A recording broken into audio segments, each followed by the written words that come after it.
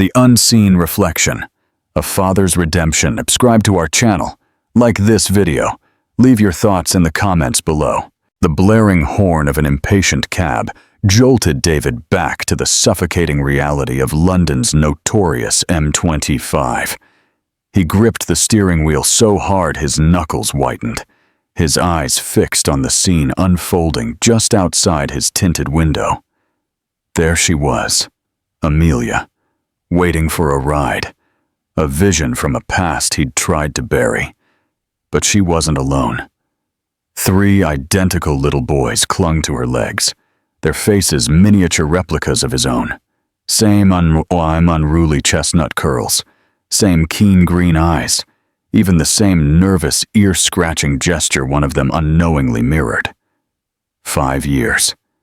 5 years since he'd walked away, convinced his burgeoning career in finance left no room for the unexpected. A jolt of pure, unadulterated shock ripped through him. It couldn't be, not them. But the more he stared at the 4-year-olds, the more undeniable it became. They were his sons. Sons he didn't even know existed. The traffic light ahead turned green, but David remained frozen, a human roadblock amidst a symphony of irritated horns. Amelia, once radiant in designer dresses, now looked worn, her faded jeans and simple top a stark contrast to the life he remembered. Her usually flowing hair was pulled back in a practical ponytail, and from this distance, he could see the subtle hollows beneath her eyes, a weariness that hadn't been there before. One of the boys tugged at her shirt, pointing at something down the street. David watched as Amelia instinctively bent down, the familiar gentle gesture she always used with children. It was her, undoubtedly, and those were his children. Children he had callously dismissed before they even had a name. Do you think David deserved this shock? Or was it a necessary wake-up call? Let us know in the comments. The memory slammed into him like a physical blow. 5 years ago, in that sterile law office in Canary Wharf. Amelia, her eyes swollen and red, her hands trembling as she clutched a yellow envelope. 2 months pregnant, she'd needed to speak with him urgently.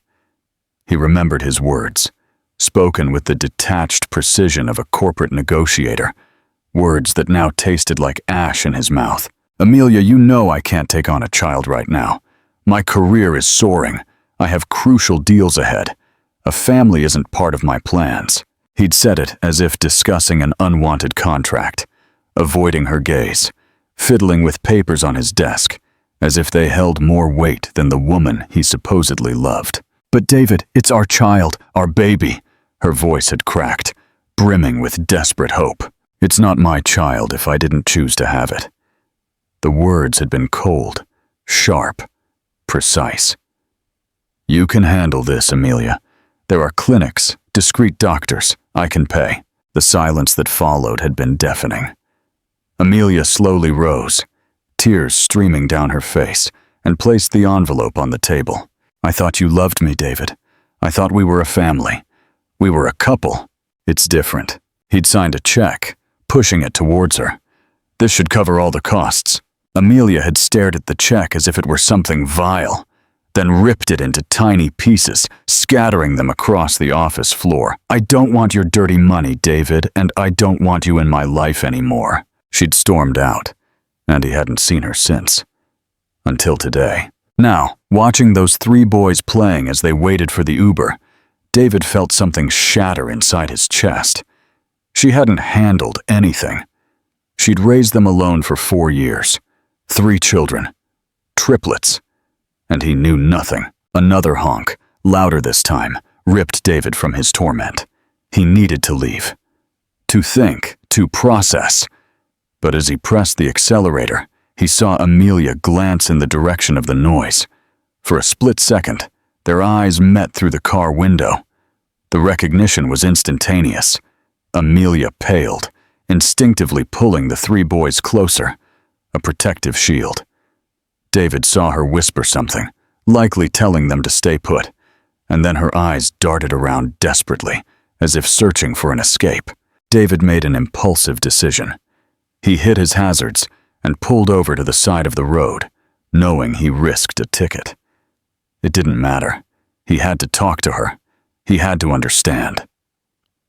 5 years of silence ended in that very moment. He got out of the car, his legs shaky, and walked towards her. Amelia saw him approaching and instinctively positioned herself in front of the boys, a human shield. One of them, seemingly the bravest, peeked from behind his mother's leg and asked loudly, "Mummy, who's that man?" The innocent question was a shot to David's heart. That man. He was the father of that boy, of all three, and they had no idea. "No one important," Amelia quickly replied, her voice trembling. "Back behind the seats, boys." "Amelia." David stopped a few feet away, respecting her space. He could see her terror, her immediate instinct to shield the children from him. "I need to talk to you. We have nothing to talk about." The answer was automatic, but David noticed her nervously checking her phone, likely to see if the Uber was arriving. "They're my children." It wasn't a question, but an obvious assertion based on the undeniable resemblance. Amelia closed her eyes for a second, as if gathering strength. When she opened them, there was fierce determination in their depths. "They are my children, and only mine. You made that very clear 5 years ago." One of the boys, holding a small toy car, broke free from Amelia's hand and took a few steps towards David. He had the same green eyes David saw in the mirror, the same dimple in his chin.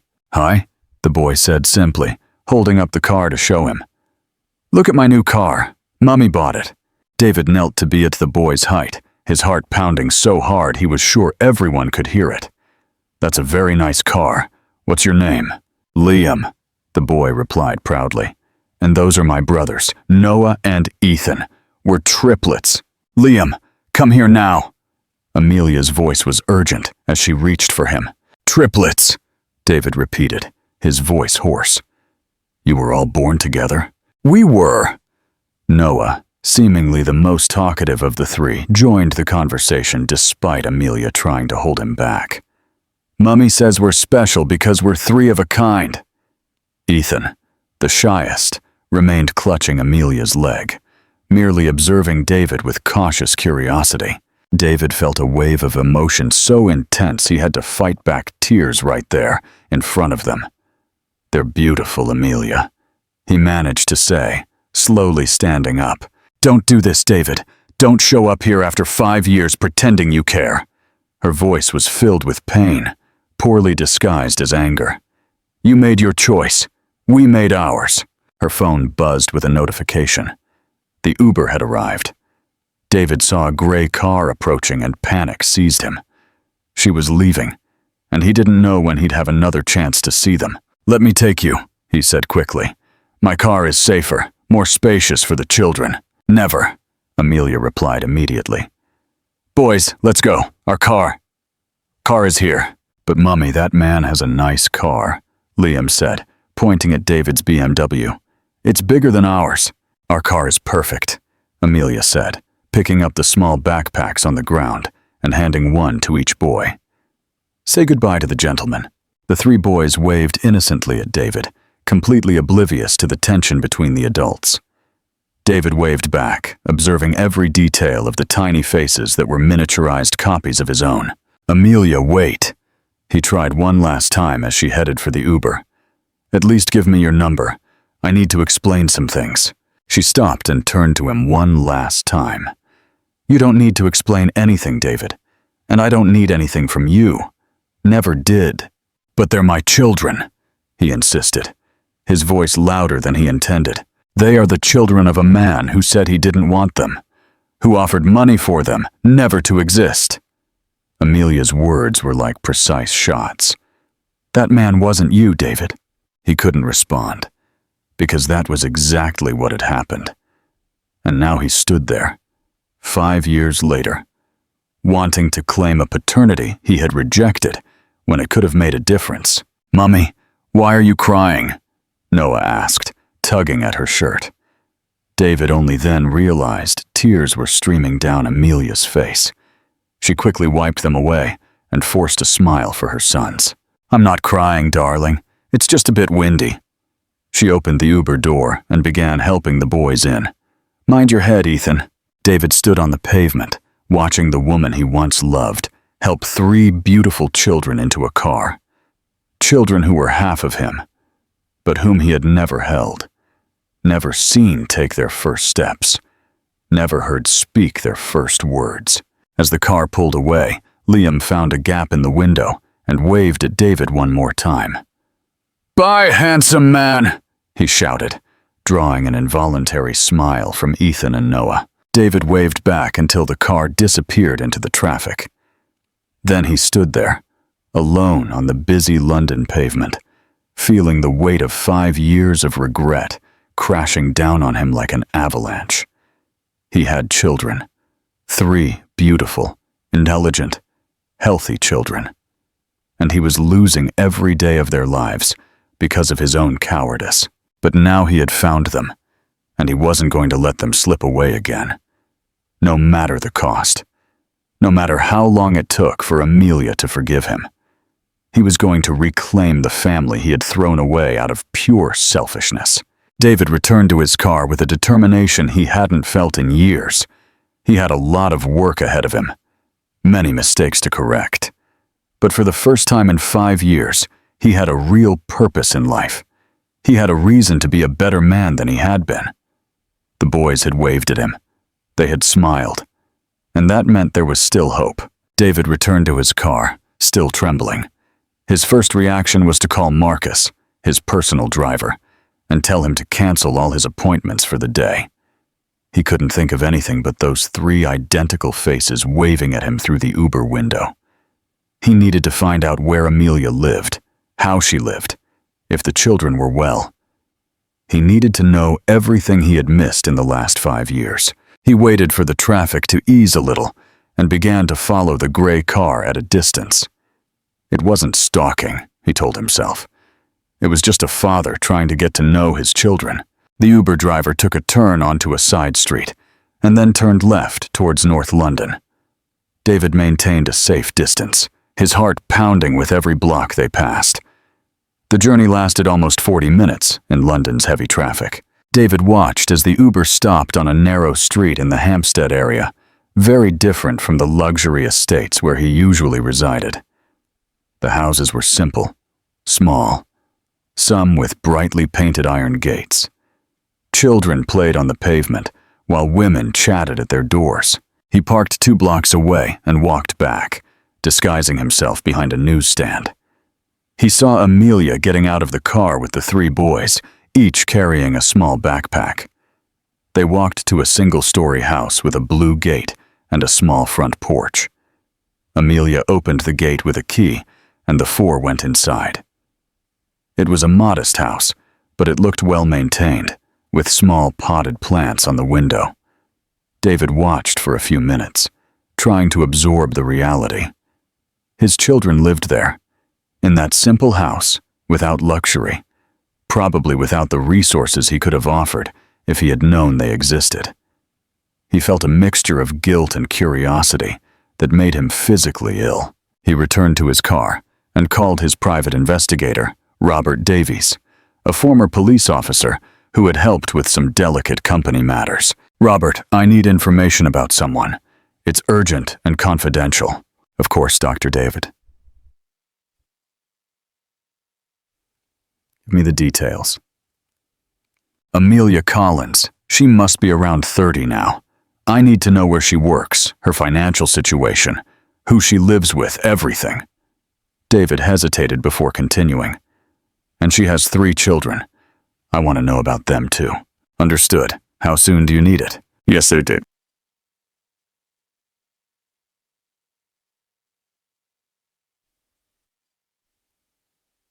Robert chuckled on the other end of the line. "I'll see what I can get by tomorrow morning. I'll email it to you." David hung up and drove back to the office on autopilot. When he arrived, his secretary, Julia, greeted him with a list of missed calls and rescheduled meetings. But he barely heard her. He locked himself in his office and stared out the panoramic window overlooking the city. Somewhere down there were his children, living a life he didn't know. The night was the longest of David's life. He rummaged through every drawer in his apartment, looking for anything that reminded him of his time with Amelia. He found some old photos tucked away in a box in the cupboard. Amelia smiling on a trip they took to the Lake District. Amelia on her 25th birthday, beautiful in a red dress he had bought. Amelia sleeping in his bed on a Sunday morning. How could he have thrown it all away? How could he have been so blind, so selfish? He remembered perfectly what he was thinking that day, 5 years ago. The company was growing. He had just closed a multi-million-pound deal. Life was exactly as he had planned. An unplanned pregnancy seemed like an obstacle, a deviation from the perfect script he had written for himself. Now, looking at the photos, he realized how much he had lost. Not only his children, but the only woman he had truly loved. Amelia had always been different from his other girlfriends. She wasn't impressed by his money. She didn't want expensive jewelry or extravagant trips. She wanted attention, long conversations, plans for the future. She wanted a family. The next morning, David could barely eat breakfast. He kept checking his phone every 5 minutes until, finally, Robert sent the report via email. He opened the file with trembling hands. Amelia Collins, 30 years old. Works as an auxiliary teacher at a local primary school. Salary of $1,800 a month. Lives alone with 3 children, Liam, Noah, and Ethan Collins. Father not listed on birth certificates. No history of serious relationships in recent years. David read the report 3 times before he could process all the information. $1,800 a month to support 3 children. How did she manage? The report continued with details that broke his heart. Medical history. Ethan was born with a mild respiratory problem, needed a few days in intensive care. Amelia accumulated a debt of £12,000 at the hospital, which she has been paying in installments of £200 a month for 2 years. Liam broke his arm last year in a domestic accident. Another £3,000 in medical expenses. Close family. None. Parents passed away when she was 25. David had to stop reading. Amelia's parents had died shortly after he abandoned her.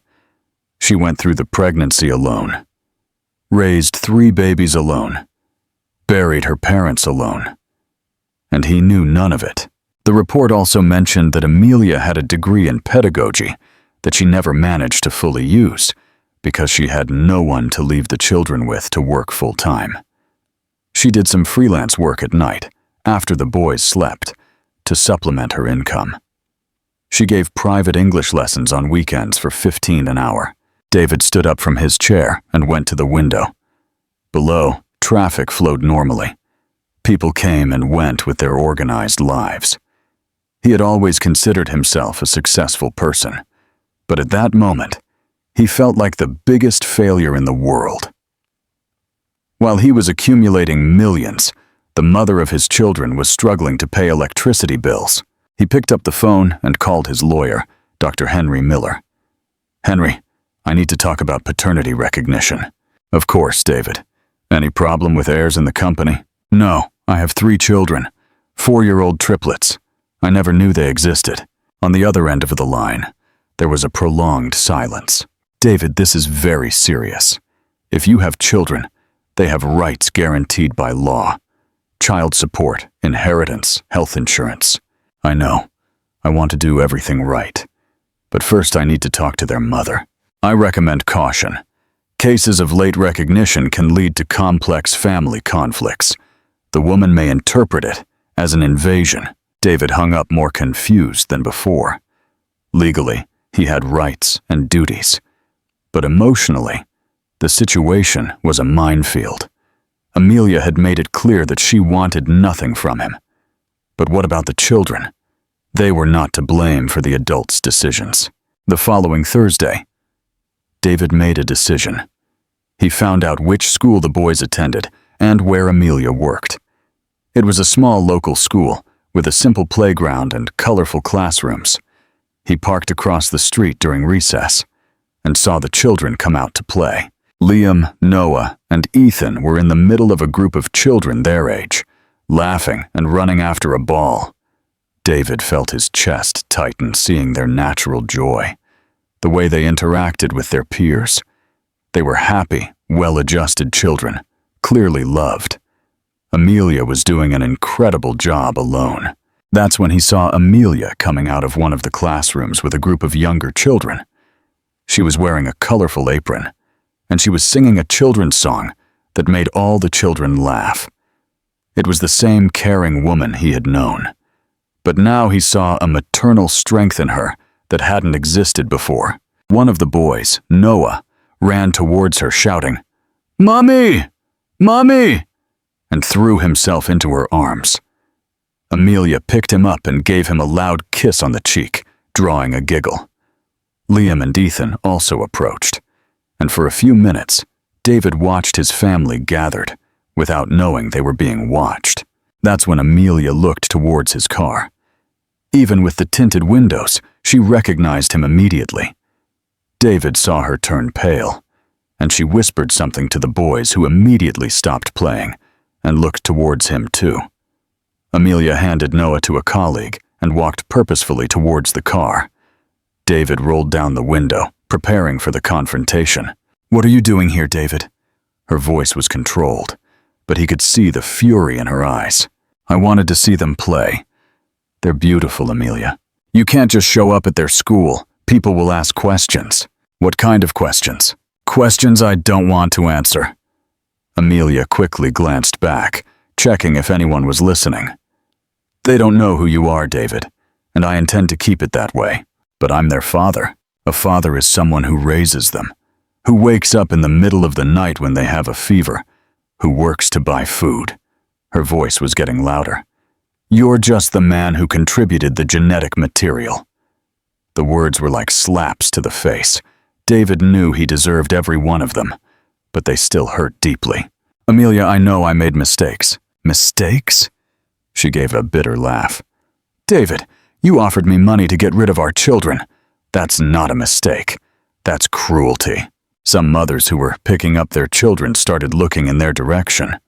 Amelia noticed and lowered her voice. "Go away, David, and don't come back here. If you show up at the school again, I'll call the police. I just want to get to know my children." "Your children?"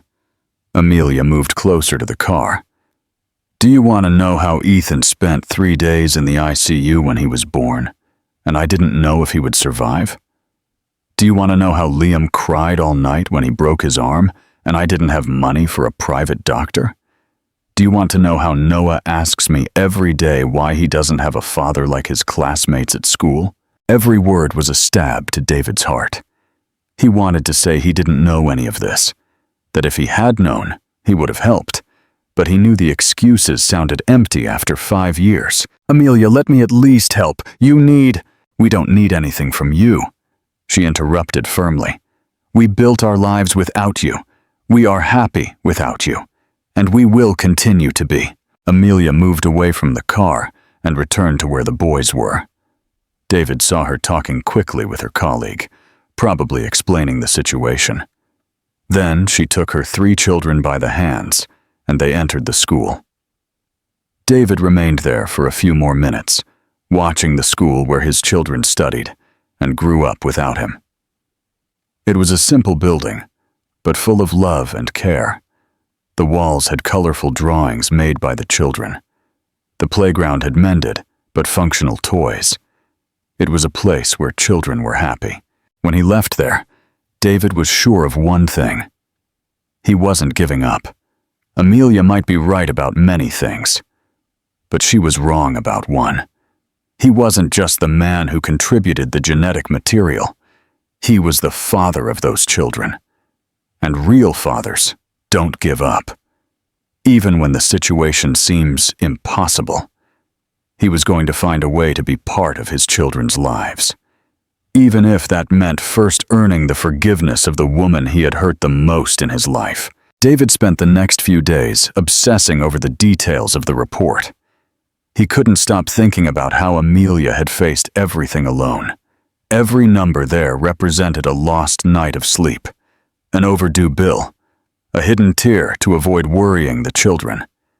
He decided he needed to fully understand what had happened in the last 5 years. Every sacrifice she had made. Robert had managed to get more information through Amelia's neighbors and colleagues. The full story was even more devastating than David imagined. After he rejected her, Amelia had returned to her parents' house in despair.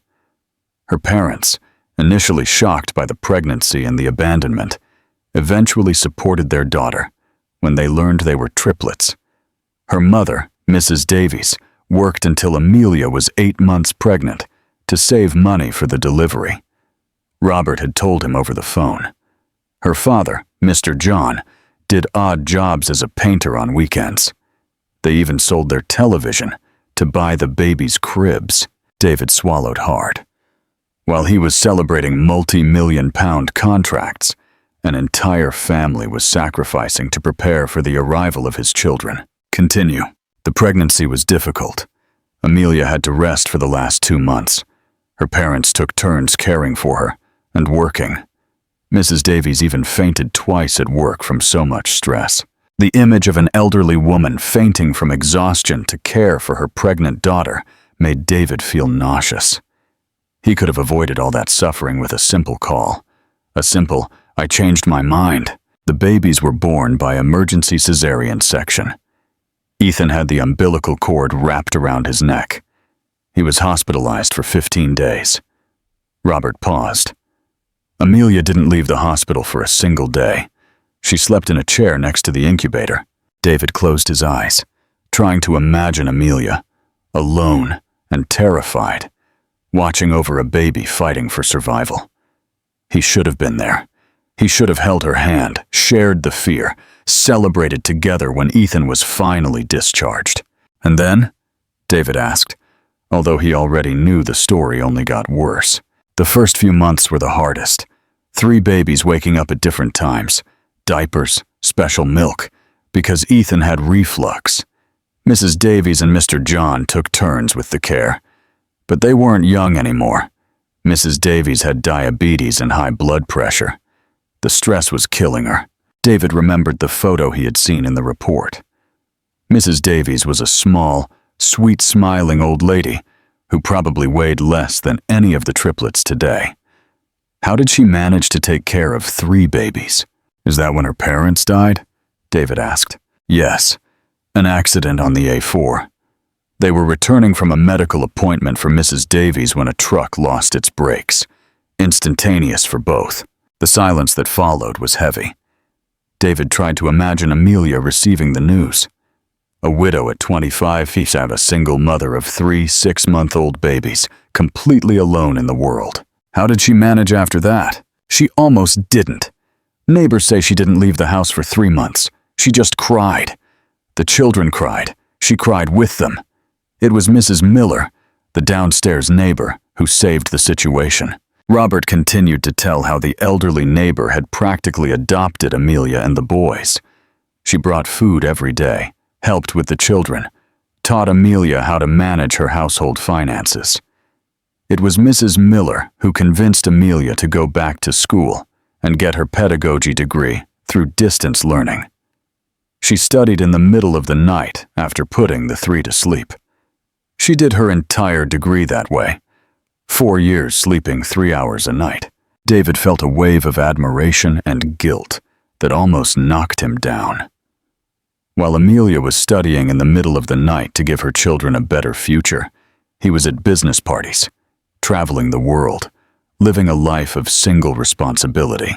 And work? She got the job at the school when the boys turned 3 and could go to nursery. But the salary didn't cover everything. She gives private lessons at night, does typing jobs, sells sweets on weekends. The report also mentioned the medical details that broke David's heart. Liam had broken his arm falling from a tree in the backyard. Amelia had no health insurance, so she took him to the public emergency room. They waited 6 hours to be seen, Liam crying in pain the whole time. She took out a loan with loan sharks to pay for the private cast, Robert said. She paid 50% interest per month for a year. David had to stand up and pace the room. Loan sharks. Amelia had gone into debt with loan sharks to treat his son. A son he could have taken to the best hospital in London with the best doctors without waiting even 5 minutes. Noah had pneumonia the previous year. Amelia had missed 2 weeks of work to take care of him, losing her salary for those days. She had to sell her phone to buy the medicines that the basic health plan didn't cover. Ethan, the most sensitive of the three, had gone through some anxiety attacks when he started school. Amelia had no money for a private psychologist, so she learned relaxation techniques on her own through online videos. She spent months waking up in the middle of the night to calm her son's nightmares. "There's one more thing," Robert said hesitantly, "about her relationship." "What relationship?" "She dated a guy for a few months last year, a teacher at the school where she works.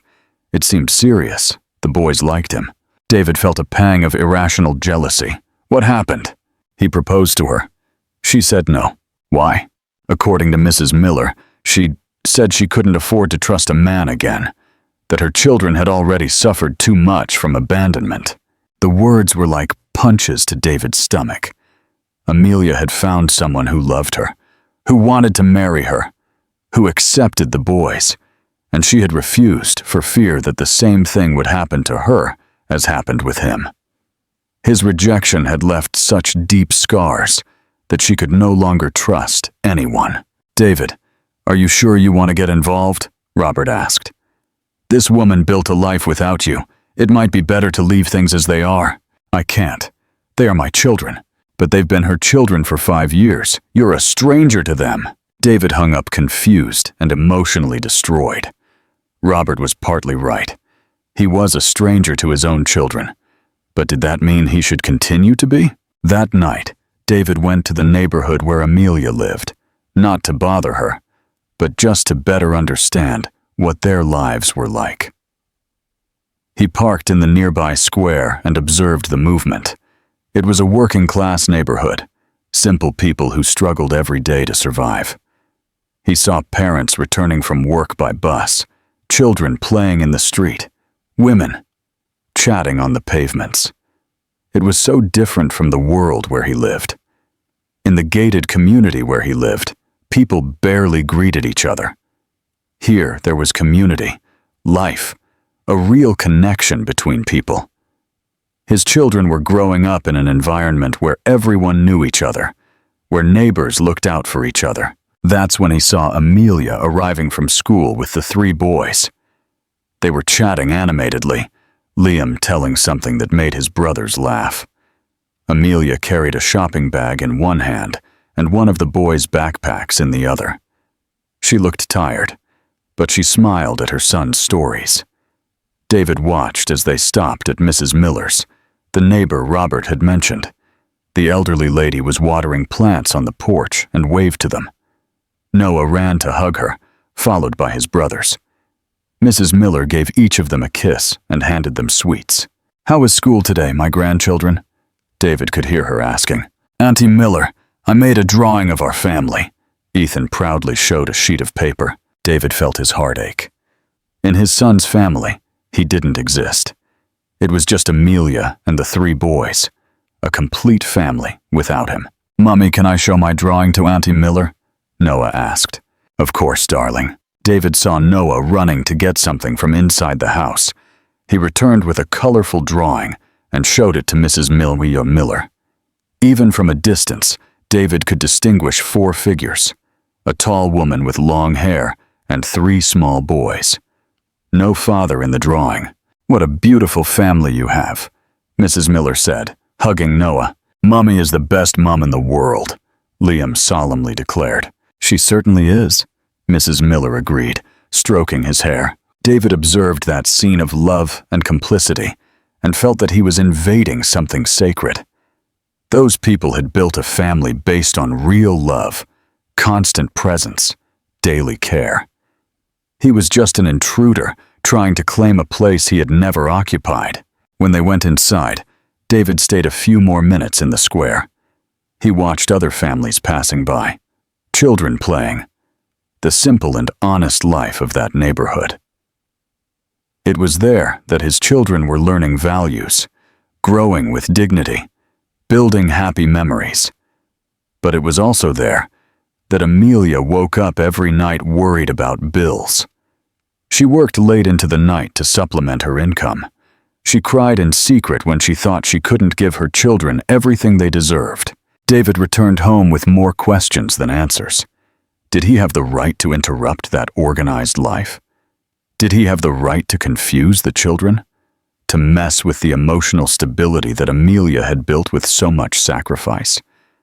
But also, did he have the right to know his children? And did they have the right to know their father? Even if he was imperfect? Even if he had arrived too late? The next morning, David made a decision. He wasn't going to force an approach. He wasn't going to show up at the school again or bother Amelia at work. But he also wasn't going to give up. He was going to find a way to show that he had changed, that he could be the father his children deserved. He started by anonymously transferring money to Amelia's account. Not too much, so as not to arouse suspicion, but enough to cover some of her overdue bills. He paid off the loan shark debt through a lawyer without mentioning his name. He hired Robert to find out what the children's dreams were. Liam wanted a Lego set. Noah dreamed of a bicycle. Ethan liked dinosaur books. David bought everything and asked Robert to deliver them anonymously, as if it were a gift from some social action at the school. These were not gestures that compensated for 5 years of absence. These were not gestures that made him a real father. But they were the first steps of a man who was learning that being a father did not begin with rights, but with responsibilities. And for the first time in 5 years, David slept thinking not about what he wanted to gain, but about what he could give. Not about what he deserved, but about what his children needed. It was a small beginning, but it was a beginning. 3 weeks passed since David began helping anonymously. Amelia had received the gifts for the children through the school, which claimed it was a donation from a partner company. David observed from afar, through Robert's reports, how their lives were slowly improving. Overdue bills were being paid. The boys had received the toys they wanted so much, and Amelia seemed a little less tired. But David wanted more. He wanted to know the personality of each child. He wanted to know how they laughed, what they were afraid of, what their favorite foods were. He wanted to be part of their lives for real, not just an invisible benefactor sending money.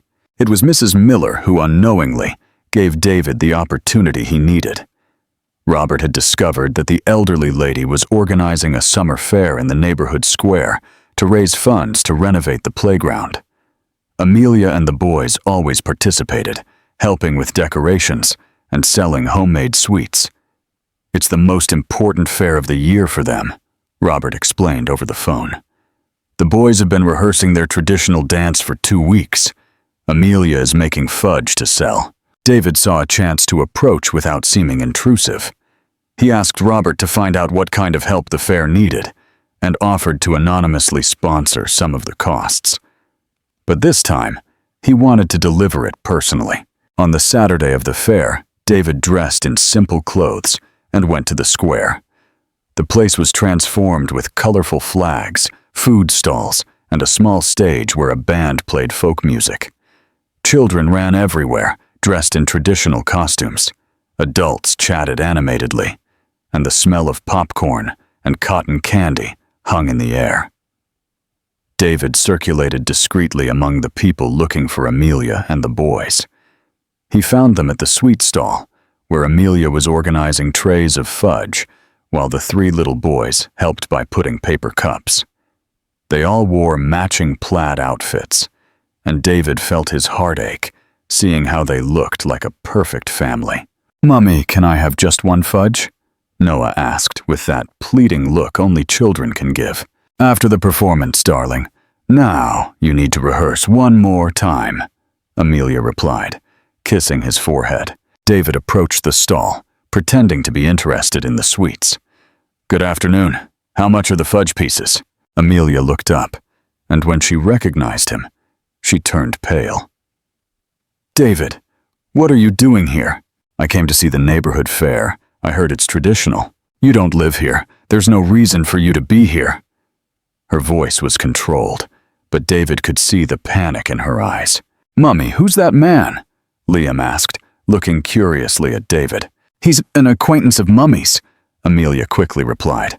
"Boys, go play for Bichomba. The dance only starts in an hour." The three ran off towards other friends, and Amelia turned to David with a serious expression. "You promised you wouldn't bother me." "I'm not bothering you. I just came to enjoy the fair like anyone else." "David, please, they're happy, carefree, don't spoil this." Before David could respond, Mrs. Miller approached the stall. She was a small, cheerful lady in her 70s, who radiated kindness. "Amelia, dear, the fudge looks lovely. And who is this handsome young man?" David extended his hand. "David Miller, nice to meet you." "Sarah Miller, I'm this girl's neighbor here." She stroked Amelia's face. "Are you new to the neighborhood?" "No, I came to visit the fair. I heard it's very good." "The best summer fair in the region," Mrs. Miller said proudly. "And Amelia's grandchildren are going to perform in the dance. They're the most beautiful." "Grandchildren?" David asked, pretending not to understand. "Oh, they're not my grandchildren by blood, but by heart. I helped raise these boys since they were babies. They're like sons to me." David felt a wave of gratitude for that lady who had cared for his family when he wasn't there. It must be very special to have helped raise them. "It was the greatest blessing of my life," Mrs. Miller replied emotionally. "When Amelia's parents died, I thought we wouldn't make it. But look how they've grown. Healthy, intelligent, well-behaved." "Auntie Miller, you don't need to tell him that," Amelia interjected, clearly uncomfortable. "Why not, dear? You should be proud of everything you've achieved alone." David watched Amelia, who was red with embarrassment. He understood that she didn't like to talk about the difficulties, probably to protect her children from any feeling of pity or charity. "Can I buy a whole tray of fudge?" David asked, trying to change the subject. "Of course. They're $2 each," Amelia replied, automatically assuming a professional tone. David took out a 50-pound note. "I'll take the whole tray. That's 20 pieces of fudge. Fudge. That's much more than the price. Consider it a contribution to the fair." He handed over the money and took the tray. "I'll distribute them to the children." Before Amelia could protest, David was already walking away with the fudge. He walked to where a group of children were playing and began distributing the sweets. In seconds, he was surrounded by a small crowd of grateful little boys. That's when Liam came running. "Uncle, do you have fudge for us too?" "Of course I do," David replied, crouching down to his height. "Are you performing today?" "We are. We rehearse the dance every week," Noah said, arriving with Ethan. "I'm the gentleman from Maria," Liam announced proudly. "And I dance with Olivia," Noah added. Ethan, always shyer, remained silent, but nodded when David offered him a fudge. "And you, Ethan, are you dancing too?" "He's shy," Liam explained for his brother, "but he dances super well." David felt an immediate connection with Ethan. He recognized the shyness because he himself had been like that as a child. "You know what, Ethan? I used to be shy too when I was little. But then I discovered that when you do something you like, the shyness goes away." Ethan looked at him with interest. "Really? Really? And I'm sure you'll be the best dancer in the performance." A small smile appeared on Ethan's face, and David felt as if he had won a prize. "Uncle, do you want to see our steps?" Noah asked excitedly. "I'd love to." The three boys began to show some of the dance moves right there, in the middle of the square. David laughed at their clumsiness, applauded their successes, and for a few minutes completely forgot about the complicated situation. They were just a father playing with his children. "Look, Mummy, the uncle is watching our steps," Liam shouted when he saw Amelia approaching. "Boys, stop bothering the gentleman," she said with a tense voice. "They're not bothering me. They're incredible children," David replied sincerely. "Mummy, can I teach him the balance step?" Noah asked. "No, Noah, the gentleman needs to leave now." David saw the disappointment on the boys' faces and felt his chest tighten. "It's okay, boys. Your mummy is right, but I promise I'll watch your performance." "Do you really promise?" Ethan asked, speaking directly to David for the first time. "I promise." Amelia took the three by the hand and led them back to the stall. David watched them walk away, heartbroken. He had enjoyed talking to his children so much, seeing them smile at him, being naturally accepted by them. An hour later, when the dance performance began, David was in the middle of the audience. He looked for Amelia and saw her in the front row, filming everything with her phone, her face radiant with maternal pride. When the boys appeared on stage, David felt an emotion he had never experienced. Liam was serious and focused, following the steps perfectly. Noah smiled at the audience, clearly enjoying himself, and Ethan, despite his shyness, danced with grace and delicacy. "Everyone!" shouted the presenter, and the couples moved on stage. David couldn't take his eyes off the three. They were his children there, growing up, developing, creating happy memories, and he was watching like any stranger in the audience. When Ethan made a more difficult move and managed to execute it perfectly, David couldn't help himself. "Well done, Ethan!" he shouted, applauding enthusiastically. Amelia turned around immediately, surprised. Ethan heard and looked through the audience until he found David. When their eyes met, the boy gave a shy smile and waved discreetly. That wave was the most important moment of David's life. His son had smiled at him, had felt encouraged by his presence. For the first time in 5 years, David truly felt like a father. When the performance ended, the children ran off the stage to their parents. David saw Amelia hugging the three, covering them with kisses and praise. The scene was too beautiful to be interrupted. He was getting ready to leave when he felt someone tugging at his trousers. It was Ethan, who had escaped from his mother's hug and run to him. "Thank you for shouting my name," Ethan said softly. "It gave me courage." David knelt and looked into his identical green eyes. "You were the best dancer on stage, Ethan. You can be sure of that." "Ethan!" Amelia appeared running, clearly desperate. "What are you doing here?" "I was thanking the uncle for shouting my name," Ethan explained innocently. Amelia looked at David with an expression that mixed anger and something he couldn't identify. Perhaps gratitude for encouraging her shyest son. "Come on, Ethan. Your brothers are waiting." "Auntie Amelia," David called when she started to walk away. It was the first time he had treated her affectionately since their reunion. "Can I talk to you for a minute?" She hesitated, looking at Ethan. "Ethan, go find your brothers. Mummy will be right there." When they were alone, David took a deep breath. "Amelia, I know you don't want to hear me, but I need to say something." "David, they are incredible children. You did an extraordinary job alone. And I know I don't even deserve to be here, but you're right, you don't deserve it." Her words were direct, but there was no venom in her voice, just tiredness. "I know, but they deserve to have a father, and I want to learn to be the father they deserve." Amelia looked at him for a long moment. "David, do you think you can just show up here, give some gifts, applaud at a fair, and suddenly become a father?" "No, I know it will be difficult. I know it will take time. But I'm willing to do whatever it takes. And when you get tired, when you realize that having children isn't just cute moments like today, when they get sick or throw tantrums, or need you at 3 in the morning. David saw all the accumulated fear in her eyes, all the protection a mother develops when she raises children alone. Amelia, I won't abandon them again. I won't abandon you again. You can't promise me that. Yes, I can. Because 5 years ago I was a different man. Selfish, immature, cowardly. But seeing you all today, seeing how special they are, seeing how strong you are, something changed in me. Amelia looked away, watching her children playing with other children. David, it's not just about you changing. It's about them. They already have an organized, stable life. I can't risk messing with that. What if I prove that I've changed? What if I show that I can be a present, reliable father? How? David didn't have a ready answer. I don't know yet, but I'll find out. Just give me a chance. Amelia was silent for a long moment, watching her children.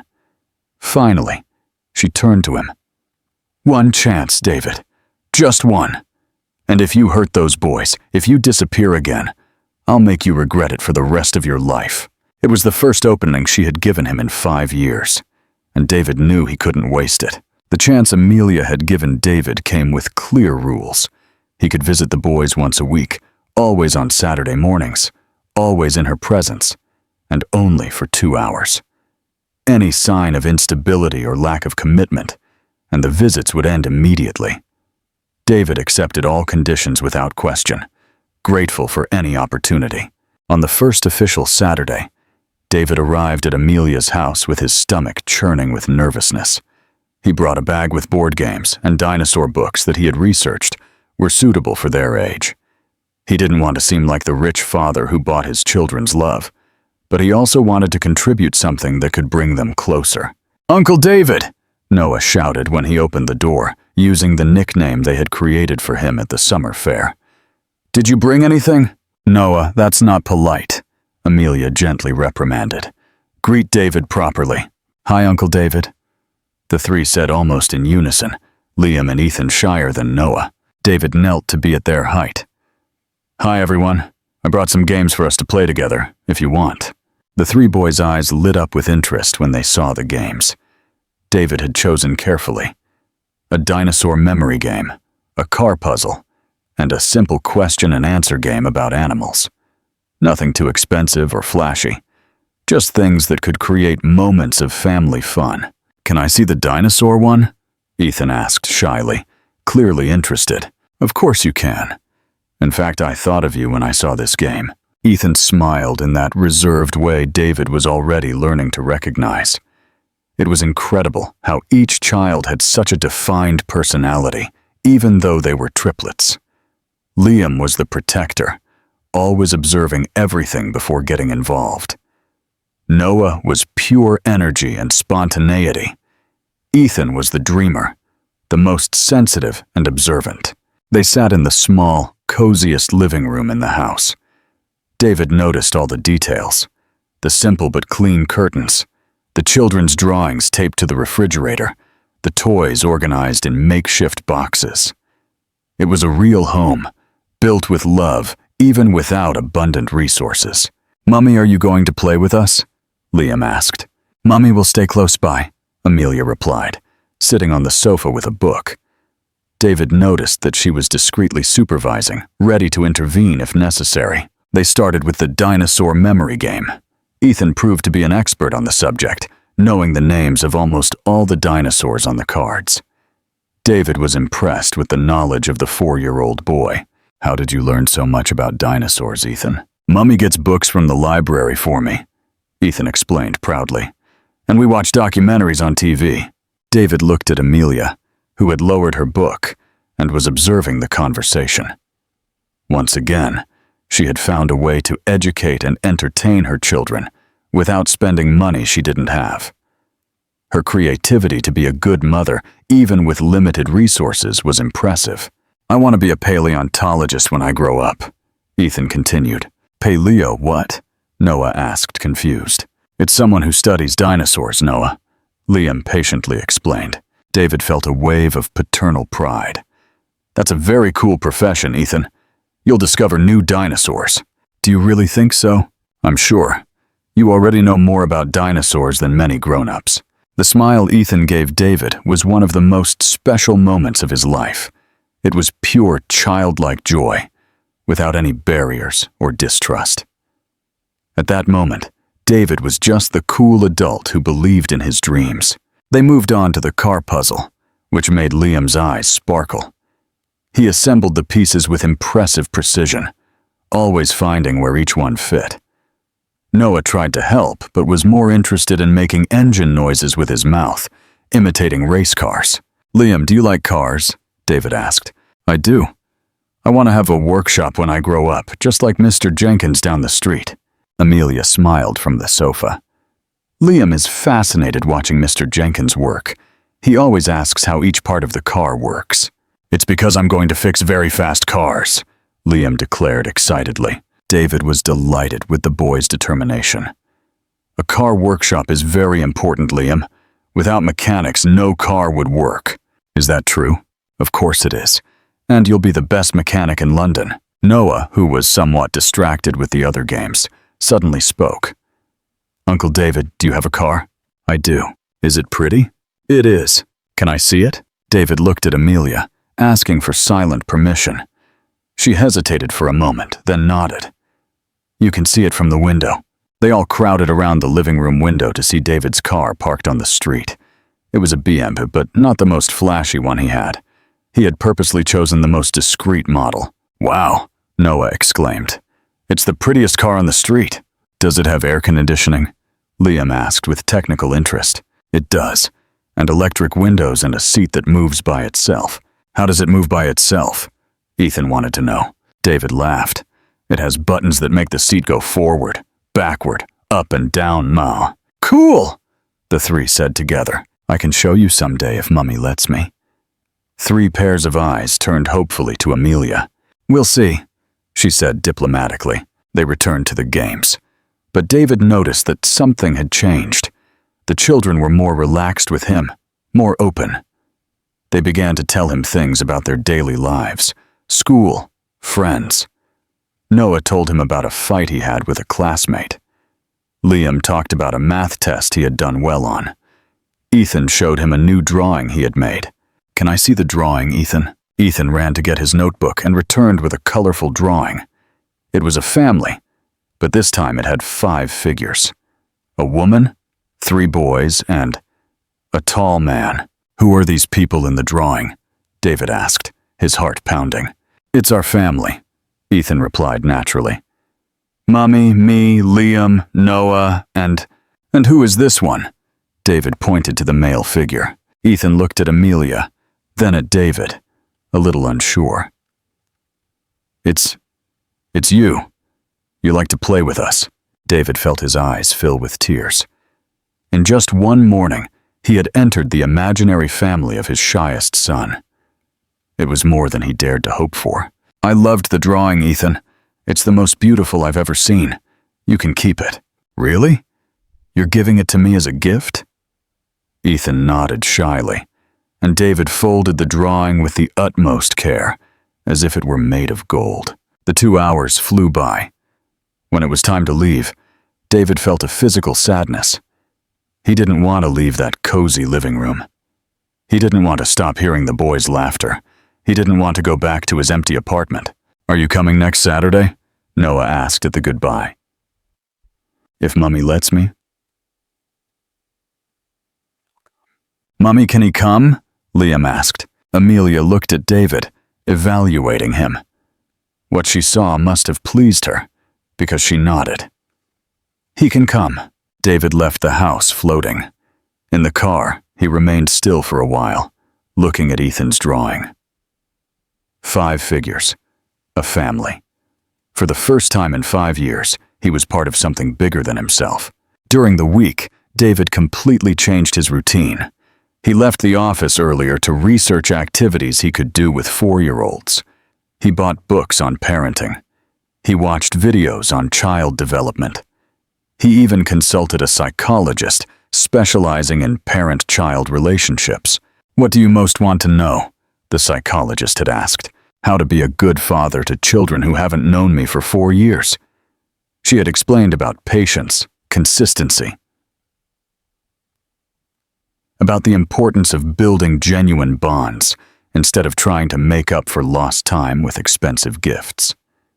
David absorbed every piece of advice as if his life depended on it. On the second Saturday, he arrived with a different plan.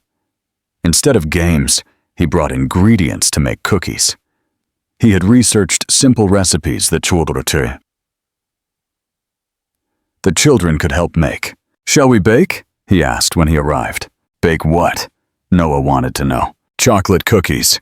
The three's joyful scream echoed through the house. Amelia appeared from the kitchen, drying her hands on her apron. "David, do you know how to cook?" "I learned this week," he admitted, laughing. "I watched 20 YouTube videos." Amelia chuckled. And David realized it was the first time she had truly smiled at him since their reunion.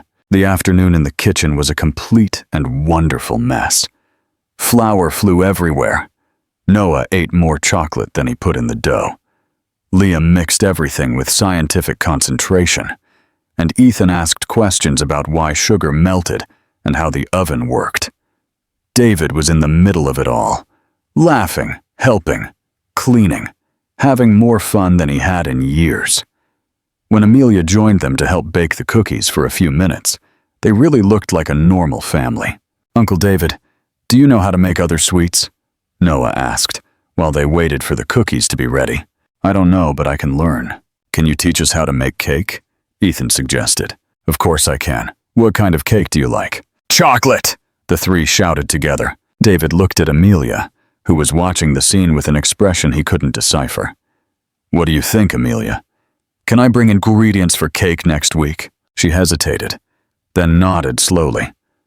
I think it might be nice." When the cookies were ready and they sat down to eat together, David realized it was the first meal he had had with his children. It was just a simple snack, homemade cookies in a small kitchen. But for him, it was the most important feast of his life. "Mommy, the cookies are delicious," Liam declared. "They really are. Uncle David is a good cook," Noah agreed. Ethan, always more observant, spoke softly. "It's nice when we do things together." David looked at those three chocolate-smeared faces and knew he was exactly where he should be. It didn't matter how many years he had lost. It didn't matter how many mistakes he had made. What mattered was that now he was there, present, learning to be the father his children deserved. 3 months passed since David began his regular visits. His relationship with the boys was naturally blossoming, but David knew the true test would be to regain Amelia's trust. She still treated him with respectful politeness, but there was an invisible barrier between them that he needed to cross. It was on a Tuesday afternoon that everything changed. David was in his office when he received a call from an unknown number. When he answered, he heard Ethan's trembling voice on the other end. "Uncle David, it's Ethan." David's heart pounded. "Ethan, what happened? How did you get my number?" "Mummy gave it to me. She's crying a lot and won't stop. Noah and Liam are scared." David immediately stood up from his chair. "Where are you?" "At home. Mummy got a letter and started crying. She won't talk to us." "Ethan, listen carefully. Tell Mummy I'm coming right now, okay? Take care of her until I get there." David ran out of the office, leaving meetings and appointments behind. On the way to Hampstead, 1,000 possibilities ran through his mind. A health problem, some serious financial issue, some legal threat. Whatever it was, he was determined to solve it. When he arrived at the house, he found the door open and Mrs. Miller in the living room trying to calm the 3 boys, who were visibly shaken. Amelia was sitting in the kitchen, a letter in her hand, and tears streaming down her face. "David, thank goodness you came," Mrs. Miller said, relieved. "She won't say anything. She just cries." David approached Amelia carefully. "Amelia, what happened?" She raised her red eyes to him and handed him the letter without saying anything.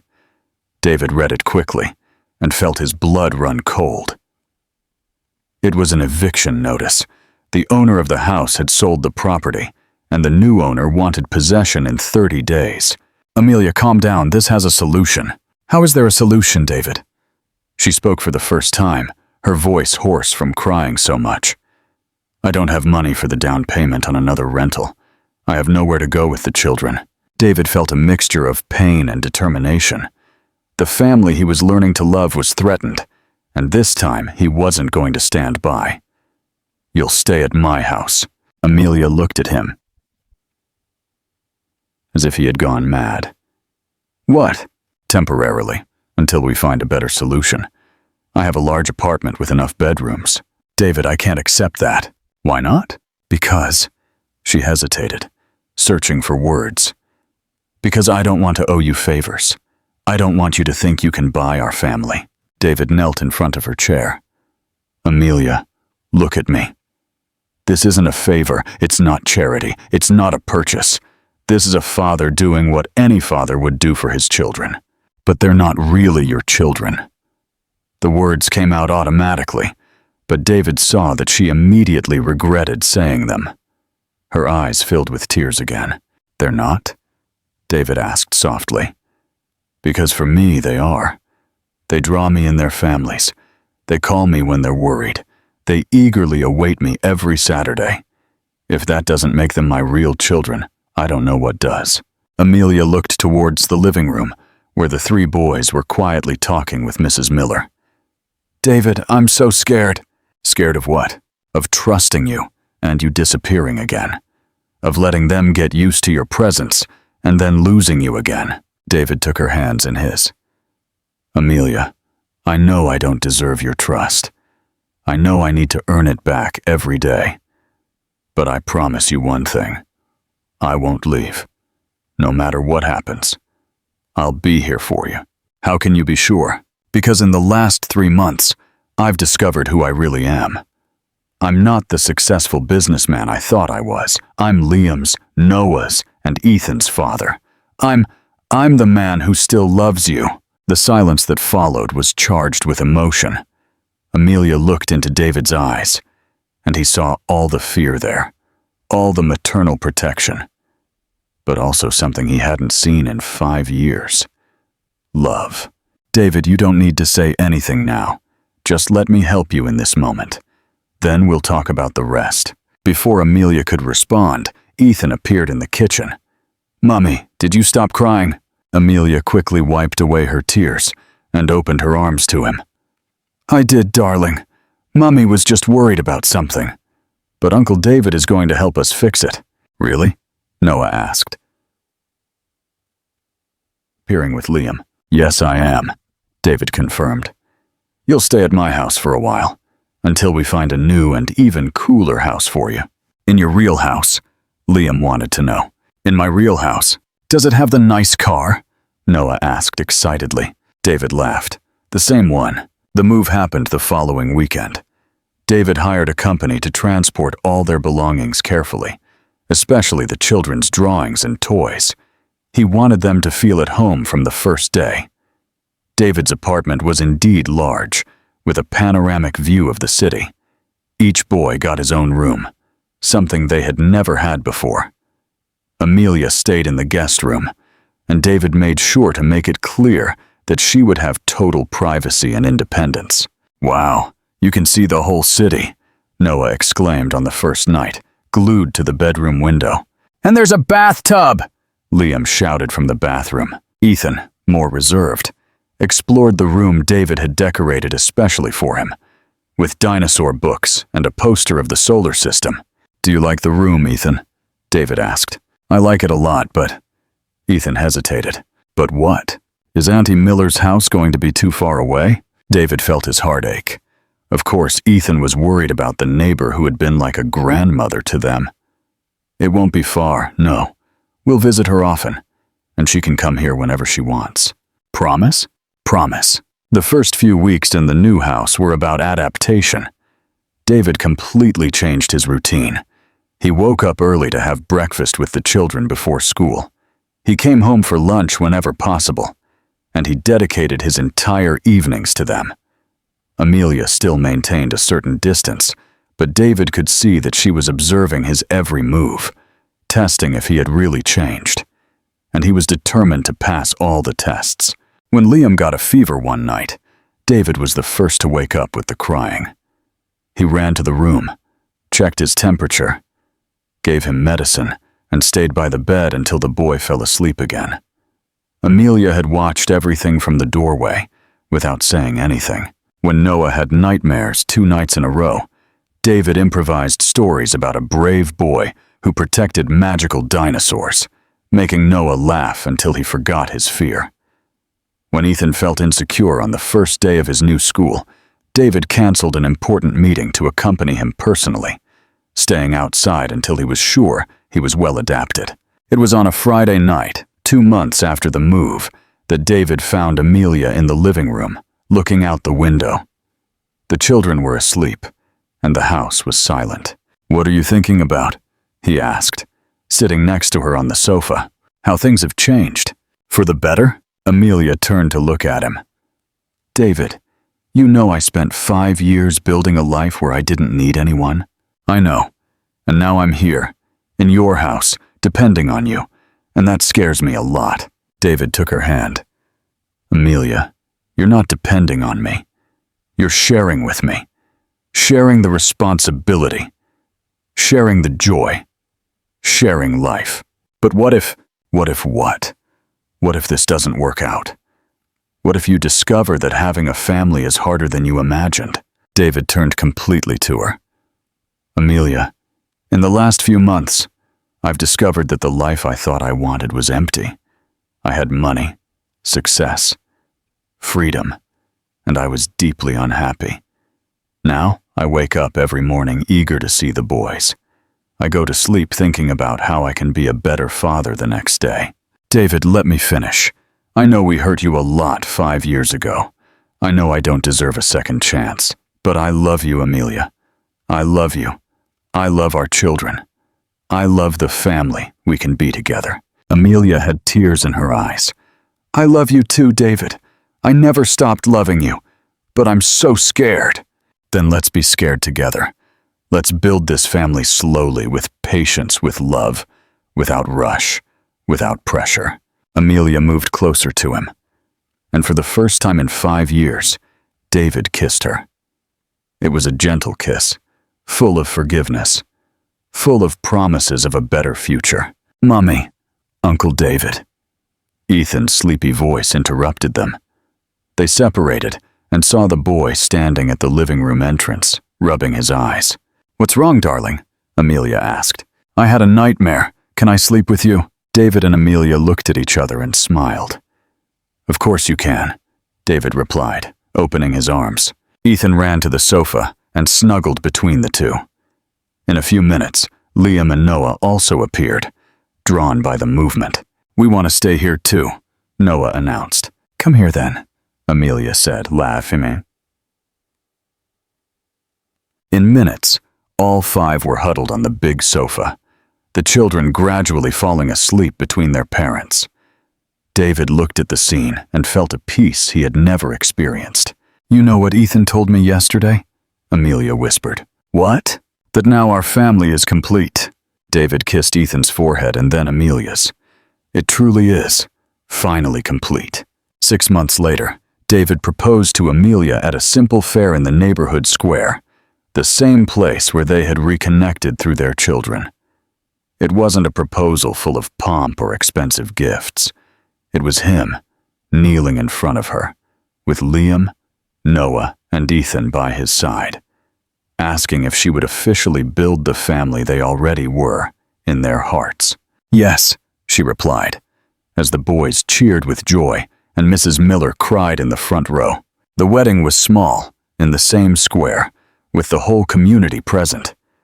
David had learned that family was not measured by the size of the party, but by the size of the love. And when Ethan, at the end of the ceremony, ran to hug David and shouted, "Daddy!" for the first time, David knew he had found the true meaning of life. It wasn't about having everything. It was about giving everything of himself to those who truly mattered. Did David's journey resonate with you? What do you think is the most important lesson he learned? Share your thoughts below.